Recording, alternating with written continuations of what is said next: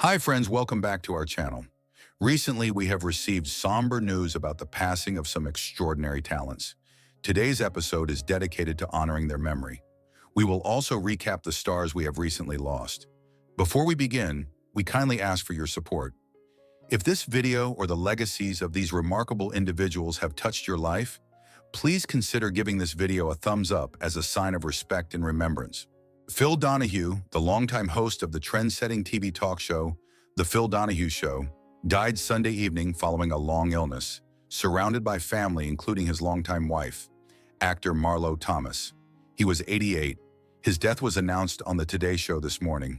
Today shared a statement from Donahue's family. See the announcement below.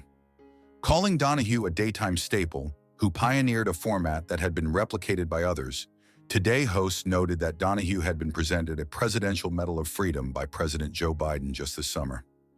Donahue was married to Thomas for more than 40 years, having met when the That Girl star met Donahue when she was a guest on his talk show. The family statement reads, "Groundbreaking TV talk show journalist Phil Donahue died Sunday night at home surrounded by his wife of 44 years, Marlo Thomas, his sister, his children, grandchildren, and his beloved golden retriever, Charlie." Donahue was 88 years old and passed away peacefully following a long illness. Donahue was born December 21, 1935 in Cleveland, and in the late 1950s embarked on a career as a radio journalist, at first in his hometown and then Adrian, Michigan. But it was his TV work in Dayton, Ohio, that truly launched not only Donahue's career, but what would become a novel and highly influential style of daytime talk TV. In 1959, he was hired as a TV reporter at Dayton's WHIO, where his empathetic style of interviewing was first noticed by the public and his bosses.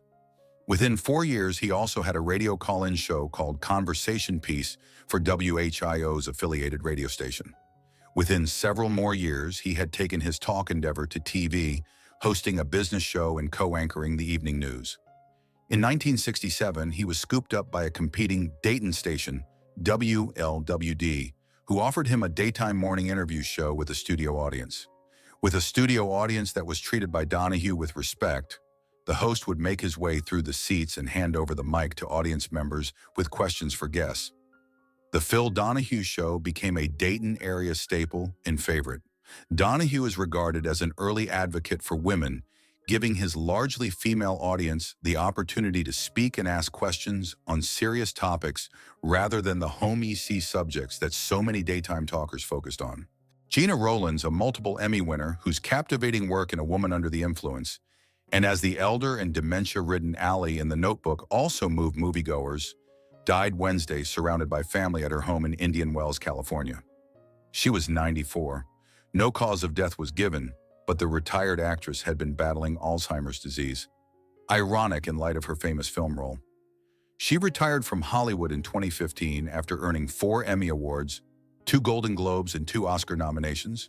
Her Oscar noms included A Woman Under the Influence and Gloria, both born of collaborations with her late husband, John Cassavetes. The duo made an indelible mark on American independent film, not just for the often revelatory end product, but also for the DIY way they made their movies.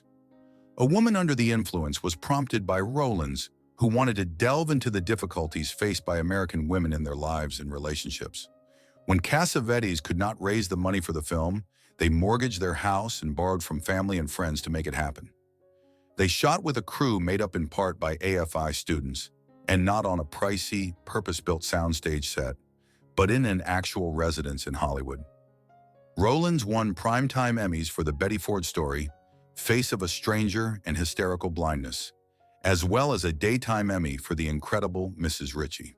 She earned 5 more nominations from the Television Academy, the first in 1985 for her part as the mother of a young man with AIDS in the groundbreaking An Early Frost. Her son, director and actor Nick Cassavetes, spoke to Entertainment Weekly about the Notebook role. Born in Cambria, Wisconsin, Rowland moved to New York after a stint in regional theater and made her Broadway debut in The 7-Year Itch, touring in a national production of the play. In 1956, she starred in the Broadway play Middle of the Night opposite Edward G. Robinson. Rowlands co-starred in the 26-episode syndicated TV series Top Secret and guest starred on many TV anthology series. She later was a regular guest on many top TV shows. In 1959, Rowlands appeared in the Western series Laramie, and later alongside her husband, John Cassavetes, in the detective series Johnny Staccato. Rowlands made her film debut in The High Cost of Living in 1958.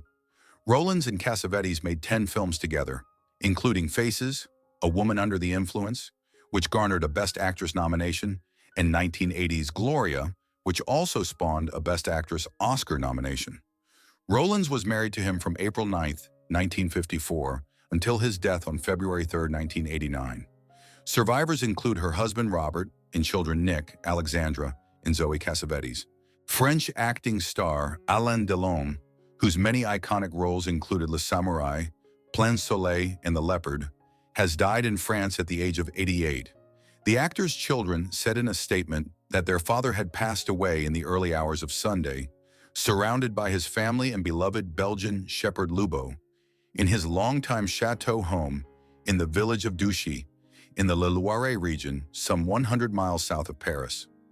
Delon's death marks the passing of one of the last surviving icons of the French cinema scene of the 1960s and 70s, when the country was on an economic roll as it reconstructed in the wake of World War II. The star, who was at the peak of this career from the 1960s to the 1980s, fell into acting by chance. Born on November 8, 1935 in the Paris suburb of Sceaux, he had a turbulent childhood after his parents divorced when he was still young.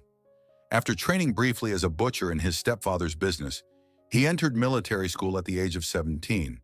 After being caught stealing equipment, he was given the choice of expulsion or signing up for a tour of duty in Southeast Asia. Delon fought in the Battle of Dien Bien Phu in 1954, but wound up in trouble again after he crashed a Jeep he had stolen and returned to France in 1956. Having moved to Paris, where he did odd jobs to make ends meet, Delon got his first introduction to the cinema world through his relationship with actress Brigitte Aubert, who had recently appeared in Alfred Hitchcock's To Catch a Thief. After they hooked up, she took him to the Cannes Film Festival in 1957, where he met the actor and director Jean-Claude Brialy, as well as his future agent Georges Baume. "I came down with a girl that I liked, who loved me. I took it all in, did the red carpet, but even then, I felt at home. Not least, and I say this without pretension, because it was made clear to me that I was not bad looking," he told a Cannes masterclass in 2019. His next big break came via the actress Michel Cordoue, with whom he had an affair. She convinced her husband, director Yves Allégret, to give him a small role in his film Quand la femme s'en mêle. Delon was candid about the role women had played in his early career. "If I hadn't met the women I met, I would have died long ago. It's the women, I don't know why, who loved me, who got me into this profession, who wanted me to do it, and who fought for me to do it," he told a masterclass at the Cannes Film Festival in 2019. His career took off quickly from there, with Delon then appearing in Marc Allégret's Sois belle et tais-toi, which also featured Jean-Paul Belmondo in the cast, followed by Pierre Gaspard Huit's Christine, which would see Delon appear opposite Romy Schneider. Jack Russell, lead vocalist for 1980s hair metal group Great White, died Thursday from multiple system atrophy and Lewy body dementia, Rolling Stone reported. He was 63. Russell announced his retirement from touring last month after his diagnosis. "I am unable to perform at the level I desire and at the level you deserve," Russell said on social media at the time. "Words cannot express my gratitude for the many years of memories, love, and support." He was remembered today by his family. Jack is loved and remembered for his sense of humor, exceptional zest for life, and unshakable contribution to rock and roll, where his legacy will forever thrive, his family wrote in an online statement. Founded in Los Angeles in 1977, Great White rode the mid-1980s metal wave with the million-selling 1987 album Once Bitten and its double platinum 1989 follow-up, Twice Shy. The band's songs Rock Me and Ian Hunter cover Once Bitten, Twice Shy were MTV mainstays. The latter reached number 5 on the Billboard Hot 100 and went gold. Watch the video here. The band had 7 top 10 hits on the mainstream rock chart, including Save Your Love, House of Broken Love, Call It Rock and Roll, and Rollin' Stone. An earlier track, a cover of the Angels' Face the Day, from Great White's 1986 sophomore album Shot in the Dark, earned heavy airplay on Los Angeles rock outlet KMET-FM before the band broke nationwide the following year. Fueled by Once Bitten, Twice Shy, the group's fourth LP, Twice Shy reached the Billboard 200 Top 10, and 1991's Hooked and 1993 compilation disc, The Best of Great White, 1986 to 1992, are certified gold. Russell left the group in 1996 but returned in 2001 when it started touring under the name Jack Russell's Great White. Great White was the headliner at the Station nightclub in Warwick, RI, in 2003 when the group's stage pyrotechnics ignited a fire in the ceiling's acoustic foam. Within 6 minutes, the entire club went up in flames, killing 100 people, including band guitarist Ty Longley, and injuring 230. It remains the deadliest fireworks accident in U.S. history. Legal action against several parties, including Great White, was resolved with monetary settlements by 2008. Russell's survivors include his wife, Heather Ann Russell, and a son, Matthew Hucko. A public memorial is planned at a later date,